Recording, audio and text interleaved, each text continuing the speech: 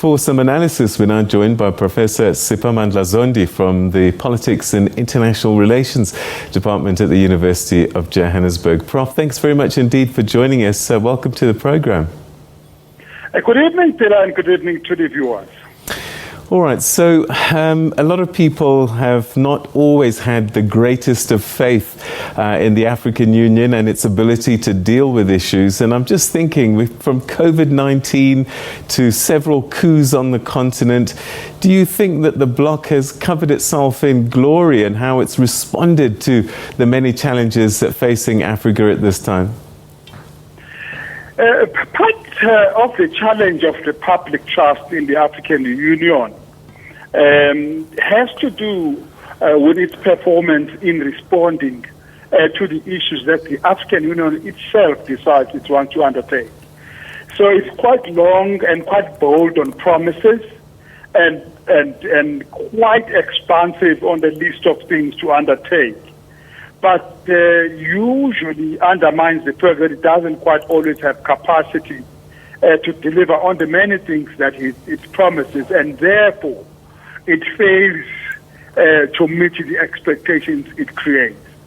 So what it then does is that every year then it creates new expectations and then new expectations and keep people on an expectation pedestal and never push them into a reality of experience improving things on democracy, on governance, on economy, on development, on social issues, and so on.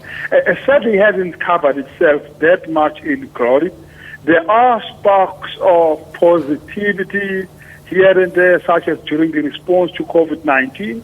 The continent really did respond in a very coordinated way and all of that.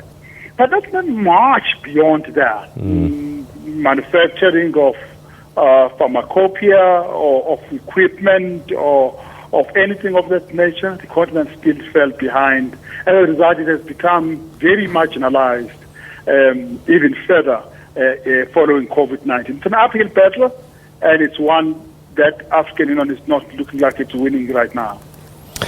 So the AU Commission chairperson, Musa Faki Mahamat, told leaders at the opening ceremony that the security situation in Africa required the bloc to take a new approach and called for more active inter-African solidarity. What might that mean? What kind of new approach might that actually evolve to be, if anything?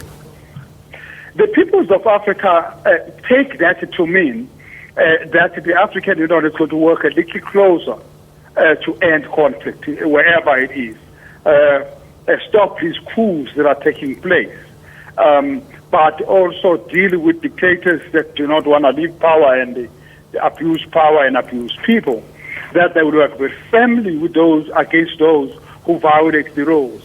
It would mean a kind of a revolutionary solidarity, and a solidarity in favor of fundamentally changing things and getting rid of all the things that we've been papering over the cracks about. But certainly that is not what the chairperson of the African Union Commission actually means.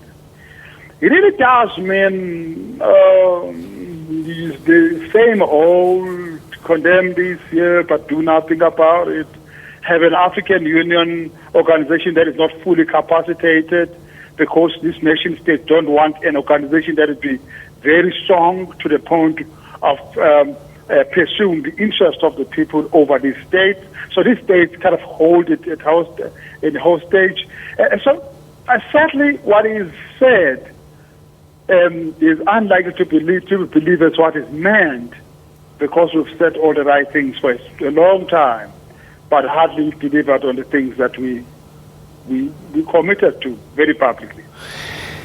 I saw the Ethiopian Prime Minister, Abiy Ahmed, deliver a speech there, and one would wonder if there would be strong voices coming from within the African Union, because one tends to hear voices from as far afield as America and the Secretary General of the United Nations about the situation in Tigray, for example. Surely Africa should be taking the lead. We're seeing drones killing people in Tigray.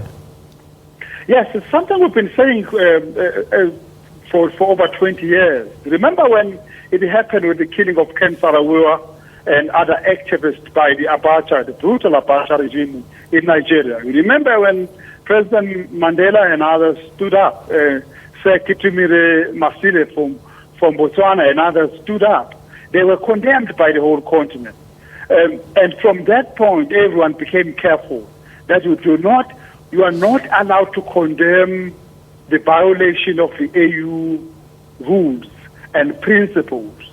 And if the victims are the ordinary people.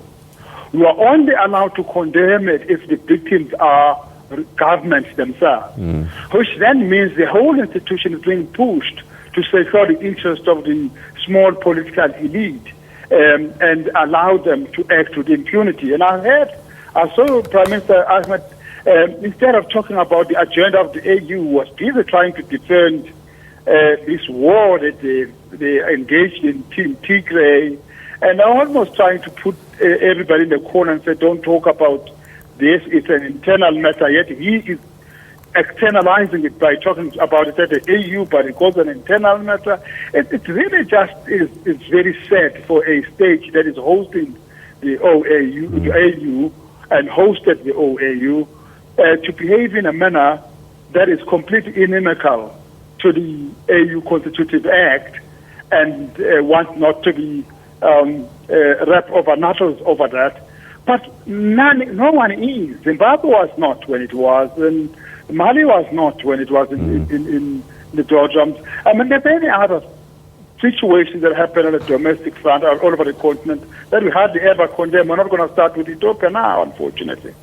Do you think, Prof, that it's a question of people in glass houses cannot throw stones? That a lot of these countries have issues at home that they wouldn't want raised and therefore would rather talk the talk but not walk the walk? There might be partly those particular issues, but there's a large enough number of countries that have done well domestically to be able to speak with an element of moral ground. But the thing is, the rest of the countries will isolate such countries. They will isolate them. They will make sure that their interest, when they want to push for a particular policy, it will not be supported. If they want to get certain people elected into the structures, they won't get supported. So the less democratic governments across the African continent know how to act in solidarity with one another against any effort to serve the interest, the greater good of the continent and the interest of the people on the ground and advance democracy and governance and development and so on. And unfortunately, they may be few, but they are quite strong and reckless in their ability to punish anyone whoever raises a finger on issues that relate to violation of the very constitutive act of the African Union. Earlier, you mentioned the word capacity, and I also heard a couple of days ago our own Foreign Affairs Minister, Naledi Pandor, say that the AU's arms need to be better resourced.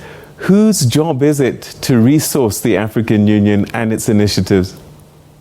As far back as 1991, the AU decided that it needed to resource that itself and then supplement it with whatever money could come, resources could come from outside. In 2017, they established a peace fund and aimed to have about 300 million US dollars so that it's able to fund very specific things. From what I heard, it had not got to half of that amount after 6 years. So the African Union knows it needs to fund it. It's not the members of the African Union know that they know that the AU needs to be funded. But precisely because they fear that a fully funded AU might indeed pursue the principles of the AU Act, Constitutive Act, and continue to serve the interests of the greater good of people. The states are in fear. They fear a strong AU because that might just render them weak and unable to defend themselves when they do wrong. So it is in their interest to keep the AU weak. All right, perhaps as a final question, there's a couple of issues there, but the outcomes, what do you think will come out of this session? And also, there is the thorny issue of Israel being given observer status, and it looks as if this might be something that splits the House. Is that your take? Yes, definitely. The Israel issue is going to split the EU. It's splitting. It is seriously divided right now. But it's divided in very subtle ways because it's the voices against it that are vocal. And the voices for the observer status for Israel are silently supporting it because we hear money exchange hands. So it will remain very divided, with Southern Africa being most vocal against the inclusion of Israel.